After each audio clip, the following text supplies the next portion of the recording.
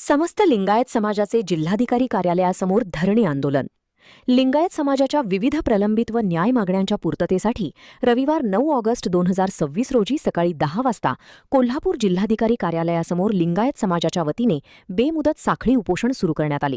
या आंदोलनास विविध समाजाच्या वतीने पाठिंबा जाहीर केला असून लिंगायत समाजाच्या सर्वांगीण विकासासाठी शासनाने मागण्यांवर सकारात्मक निर्णय घ्यावा अशी भूमिका नगरसेवक संजय तेलनाडे, जिल्हा परिषद सदस्य प्रशांत शहापुरे, गणवतराव पाटील यांनी मांडली आहे।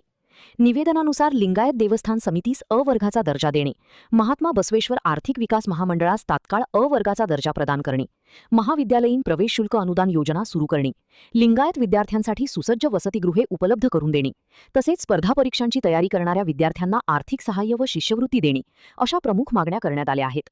सदर आंदोलनस्थळी आमदार शिवाजी पाटील यांनी उपस्थित राहून शिष्टमंडळाशी चर्चा केली।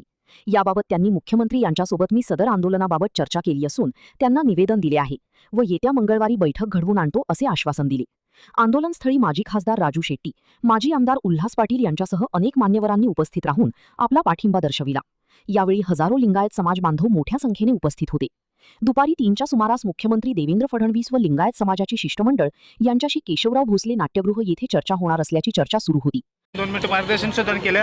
आजच्या भूमिकेवर तुम्हाला काय वाटते लिंगायत समाजाच्या? नाही, त्यांची मागणी ज्या होत्या त्या समाजाच्या हितासाठी त्यांना ज्या वाटलं त्यामुळे त्या मागणीसाठी ते लोकांनी सगळ्यांना रीतसर पत्र दिलेत, पत्र करून ते मागणीसाठी थांबलेत।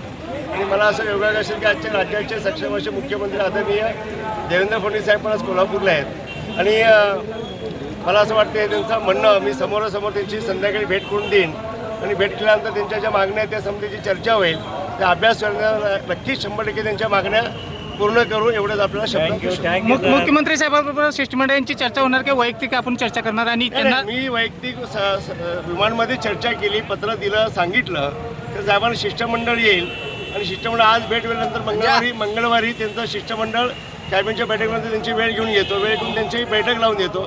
बैठक झाल्यानंतर चर्चा दुसऱ्या मुख्यमंत्री साहेबांची चर्चा होतील व चर्चा झाल्यानंतर त्याच्यातून 100% मार्ग निघेल। Thank you sir.